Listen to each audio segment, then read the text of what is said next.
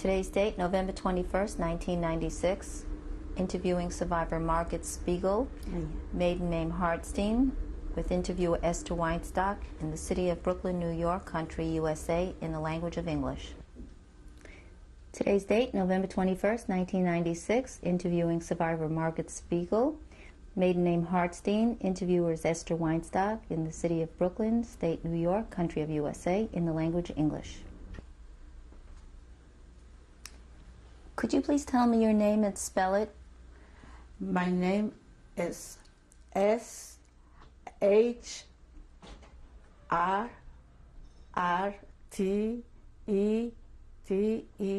Hartstein. Is that your maiden name or your name now? That's my maiden name. Could you please tell me your name now and spell it? My name is Margit Spiegel, S-P-I-E-G-E-L. And your birth date, please? I am born in December 26, 1923. And your age now? I'm 73 years old. I'm going to be in December. And the city and the country of your birth? I was born in Romania, and the town was named Berbest. Can you spell it? B-E-R-S-T,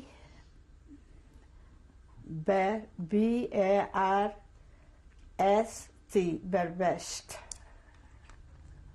Could you please tell us a little bit about the town where you were born? The town where I was born was very nice, a religious town. There was families, like 120 families. They were very nice, two beautiful shuls we had. We had a Shoah, we had a Rov, we had yeshivas. I was going in the public school. And after this, I got in a Yiddish cheder. My parents was religious. We was very religious in a very nice, honest way. My parents was big businessmen. My father was in business with furs, all kind of animals, the wild animals, that bring the furs to us.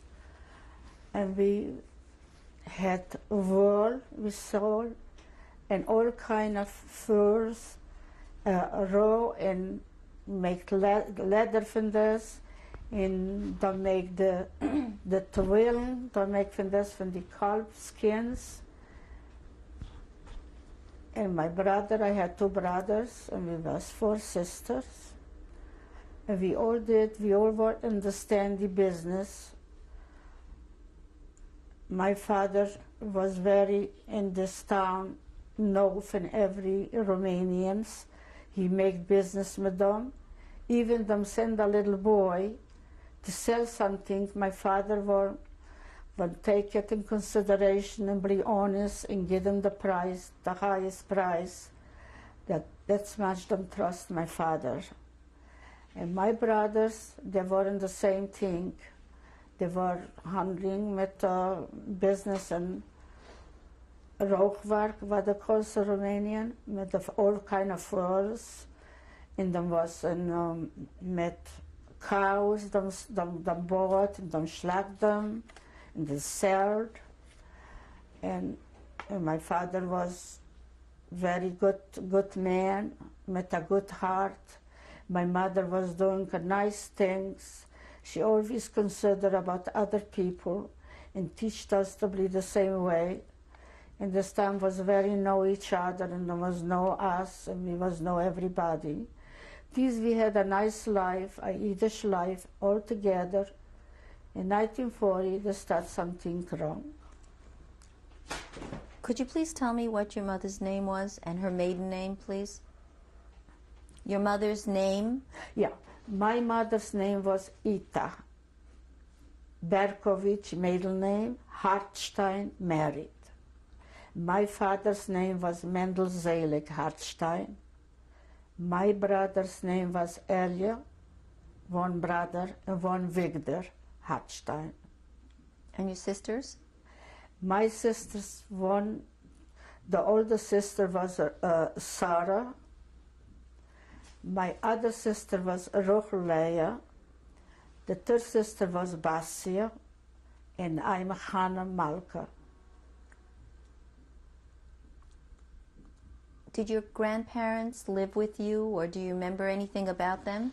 I remember about my father's father. I was like 4 years old when he is nifter. He was 86 years old. He used to stay the most in our house because my baby was not alive. And when he was in our house, he had 5 daughters. He was the only one son. So he was in our house by my mother and father. And my mother was always calling him Schwer Leben. I wasn't know what Schwer means. I was like 4 years old. And I called him too.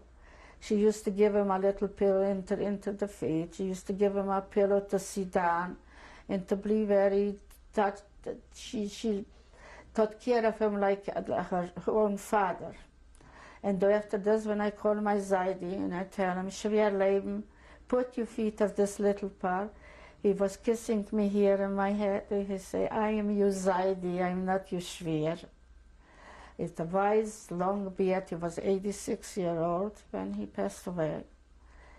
And one day, he wasn't in our home. And my aunt, she lived like on the other side, 3 houses. And I wasn't know what happened. Them not let me go to my aunt in this day.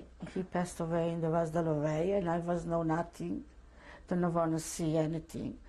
When I was in Shiva, I wanted 1,001 lei in Romanian, and everybody was, what is 1,001 lei you want? And I asked all the time, where is my Zaidi? Where is my Zaidi? Why is not coming today? Don't want to tell me. Then he passed away when I not had any other grandparents, what I remember. Could you tell me about the kind of life you and your sisters and your brothers had growing up in Romania? We had a life, we was working, but the business. My sister, the Rochleia and Sarah, they worked in a Wurstfabrik, they call salami fabrik. They make from the inside from the Bahamas or from the sheeps, they make salami. And them was working by that and Siget. When otherwise them was home all the time, we was home. What were your plans for the future? In Romania? Our plans was good plans, man. They never happened. When my mother and father, them have 4 daughters and 2 sons. So my brother was married already, the oldest, before I was very young. And my other brother got married just in 1939. He married my mother's brother's daughter, a cousin. And I remember I got a cheder. I always write in Yiddish beautiful letters to my brother and to my sister-in-law. I wish them a mazel tov that they're going to get married, and like in 39. And I was very happy. We was happy home. There was a nice Yiddish life. The business was good. We wasn't poor. We was good off. I mean, the future always was. My father and mother always think I'm gonna make more houses around us. We had a nice house. I was born there, in the new house, 20 years when we left. Beautiful. In the center, there was all the Yiddish families was on both sides, just Eden. And we had a little train that used to come to go to Siget. Van Ogna Shogatag was the name. And we wasn't far from the train. And we wasn't far from the synagogues, beautiful 2 synagogues. We had the Shoah not far from us, maybe the 3rd, 4th house. And there was yeshivas, there was everything very convenient.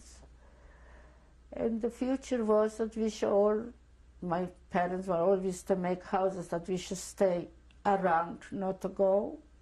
We was planning to get married, my sisters, my brothers. There was planning all the time. We had plans, and God made it different for everything. Did you go to public school in Romania? Yeah, I attend public school like everybody. There wasn't other schools, public and Cheder. I got 6 grades, only 6 grades. They started like this, that he couldn't go nowhere, and then they let us do anything. Then I had a Rebbetzin and her daughter was with me, and she passed away. I heard them burned like everybody. I got in a cheder, I learned Yiddish. I write and I speak Yiddish all the time home. My parents always say, we don't want to hear Goyish in the house. Only Yiddish we were speaking all the time. Was your family Orthodox? We was Orthodox, yes. Could you describe a Shabbos or a Yontif in your Shabbos house? was beautiful. Shabbos, every day was good, and Shabbos was the whole family together. My father got to shul, my brothers got to shul, we was going to shul. We come home, we had lunch, we ate Shabbos meal. And when the start of the year, before 1940, there was a lot of army around us from other towns. We used to invite Yiddish boys to come to eat with us. And it was very, very nice. There was heimish, there was nice, there was comfortable. We was never know what's going to happen. And when they start the terrible things, we was very scared. We still wasn't know what it's going to be, what's going to happen. And we take every day, but we wasn't know what is going to happen. I was talking about what I'm doing in Poland. My mother had only one brother, the Ukrainians. Take them away. He come from shul home, and we was never talking to my mother about. She always was saying, so like my brother, no rights. What happened? It's problems there. People used to come from Poland running to Romania and to hide. There was hiding by us, some people. Do the checking come in 1939, and my father was ill. We got to the Siget Rebbe, my sister Sarah and me, to go to the Rebbe and to ask that my father is very ill. He had a high blood pressure, but he was good all the time. He always was occupied with the Chumash and always learned and with his business. When he got ill and we was worried, so Sarah and me got to the Siget Rebbe, Rebbe Teitelbaum, Moshe Teitelbaum. And we got there and we saw, when we come in there, he saw, Mendel Zelig hat gehabt Refuah Shalema, he said. How does he know us? I was never there with my sister. And he said, Geitz l'chaim and l'shulim geitz l'chaim, Tate hat gehabt Refuah Shalema. And he got like vacuum cup, and he said to my mother, wie is Hanna, Malka and Surkot? My mother won't tell him, we won't. When we come home, he was waiting already, looking, we coming from the trains, we coming home. We are in Siget, she only said, we are in Siget. When we come home, my father was so different, so much better, something like miracles happened. And we was very happy. When we was in Siget, Sarah and me, we saw the check-in, how the flüchtlings that run away from check-in because there are problems. We take them away, kids from the parents, parents from the kids. So we saw one check-in, he had a little boy, a baby or a girl in the back of his back, and they was suffocated. We come home, we was very sad. We won't tell my mother, we won't tell my father this. We was know it, what happened. Excuse me. We heard what is going on. In Poland, there in Romania, there wasn't like television, there wasn't like radios, there wasn't these things. And we even was always know what happens. So all of a sudden we heard what them burned the Eden there in Poland. How did you hear about it? We heard people was talking.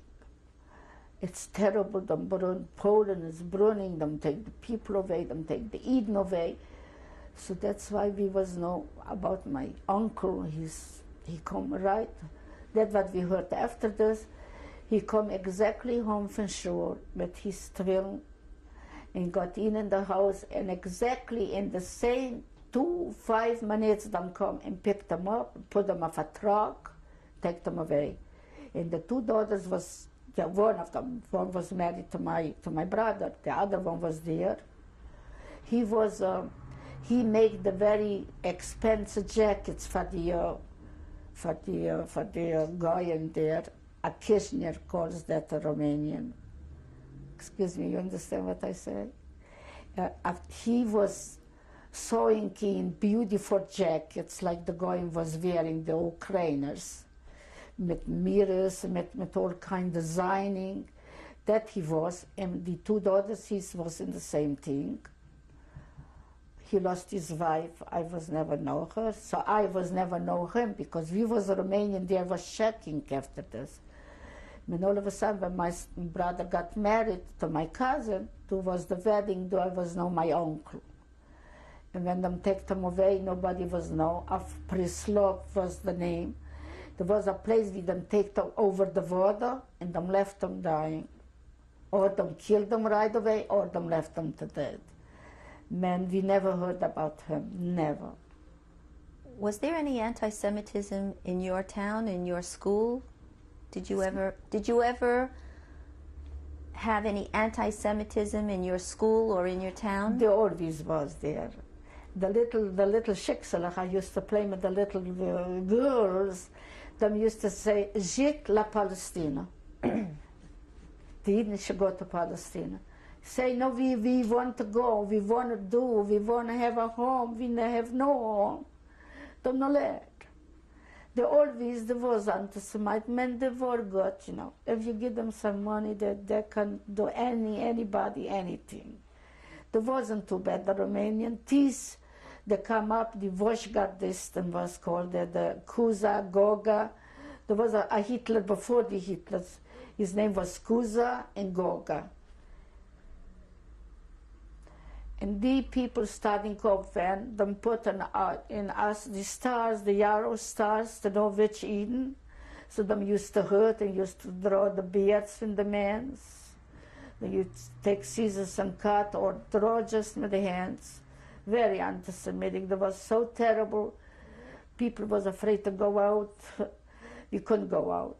What year was this? In 39, 40. In 40 started most. The Hungarian occupied Romanian. I always was born a Romanian. But many years ago, but the first war was Hungarian. I am born a Romanian. But before was this Hungarian, and Hungarian want to take back this. All the soldiers come and stays by the grants, they want to protect. Men de kom to 1940. In 1940, the Hungarian come in to us, to Romania, to Maramuresh and the whole place. When they come in, they already start stopping to know Shecht. When did they come in? Do you remember? In 1940. Do you remember the month? I really don't remember. I don't remember. It's like... I really forgot. What happened? When them come in, them start get out, you know, a lot of orders at Eden should not have schlachting. Them should not schlacht, and them is not allowed to go in business. Them is not allowed to do this. Them is not allowed to do this. And them was very strict. All the Eden from Inzertan, they used to go, them put on the packages, and they used to go like a celebration to welcome them to Romania. They didn't know had a choice. Them thought maybe, you know, it's bad situation, so them gonna like them was welcome, them wasn't. So there were Jewish soldiers in there when them come in.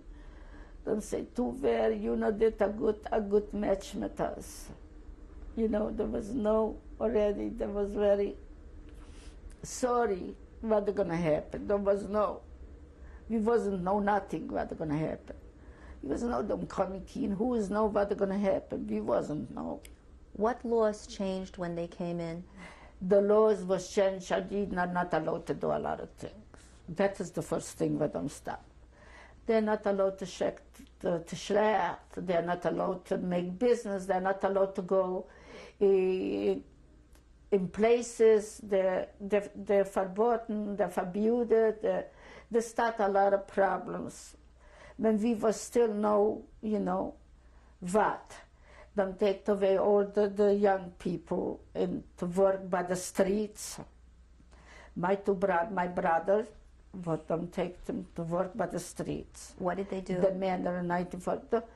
What them did, them fix the streets, them clean the streets, them clean the fields, them do all kind of things with them.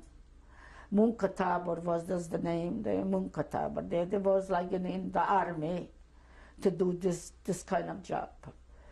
And them start taking away from Eden the rights, and a lot of rights them take away, and them stopped a lot of things. And still, in 1942, there was Worcester. Did they make you wear a yellow star? Yes. Could you describe what it looked like? The yellow star, we have to have here to wear it. And after yellow, and the Star of David. Do them know that we wasn't allowed to go too far, we wasn't allowed to go traveling, we wasn't allowed to go there, we wasn't allowed to go there. Women still can go sometimes, you know. I had to go, my father was born in Gist, so that I won the birth certificate for my father, so I got a Gist. We still couldn't make it, you know. I picked up the star and, you know, we couldn't make it. When the man was absolutely very dangerous to go. Did you ever get punished because you weren't wearing a star? Them not catched me. No, them not catched me. Was your father able to stay in his business? We had all the things, but we couldn't sell anymore. We couldn't make contacts with all the big business, other business. We used to buy things and we used to give them over to others. So was our business. I mean, the last time we couldn't, we had a lot of things in stock. Like we had big garages, and the roof fell. The skin from sheep, from cattle, from all kind. We had to sold them and to put them there. We had weight. We cut like tons of weight, and we put it under the weight. We hide it. We wasn't know what to do. My brother was called in the army. We four sisters, what can we do? And my mother alone, though after this, when I lost my father, we wasn't know what to do. So we stuck them out. When my father still was alive, he couldn't sell it because people we couldn't buy anymore. When did your father die? He died in 1943, in December, in Surabatevas, in December time, 1943. 3 months before we got to the concentration camp. He died, he was buried nice in Romanian, and we was, thank to God, the roof in the town come to us, Malka over, and the Shoah had come and say, "Remember Zeleke going and Yelach at Sadik. Who is know what they're going to blame at us?" Then we started up thinking, what they're going to blame at us. Then buried him there in Berbest, everything. How old were you at this time? And this time, 20 years old. And my brother, this brother, one was in the army, and the other brother was a business. He wasn't living in Berbest. He lived in Krechenev. This is not far from Spiegel. So he was himself in business. And we sent a telegram that my father died. When the children, my nieces and nephew, they don't want to scare his father, so they send them page them, wie he is, with a telegram. You want to still say your father alive, you have to come right away home. So what happened? They couldn't bury my father. There was such a terrible cold weather. The urn wasn't staying because he should not have his two Kadashim there. So Victor Elia couldn't come. We sent the telegram. I was going there to the Hungarian police. Say, look, my father is dead. Let come my brother home to the funeral, things like this. So I sent the telegram, and I sent the telegram to my brother, to that Victor. And when he got it, the children make it. When my father is dead, he wants to see him alive, he should come right away home. Then traced him, he come. And when he come, the cemetery was so nice, but the streets way of a little hill, and we can't see the cemetery. So when my brother come very rushing, he take like a car service to bring him there to the place Tras. And he looked at the cemetery, his heart was clapping like, who knows if he's still alive? And he come first to our house. And when he come to our house, it's Shoah already. So he ran up there to the cemetery. And in the urn, what they has for all these together, they can't stop. When them hear, he say, Victor came, Victor came. The urn started. And he was there, and he saw Kaddish, he come back, and we was sitting Shiva. In the Shiva time, that was very hard for us. The going was no we are rich. I mean, we was really rich. We had big business, my father did.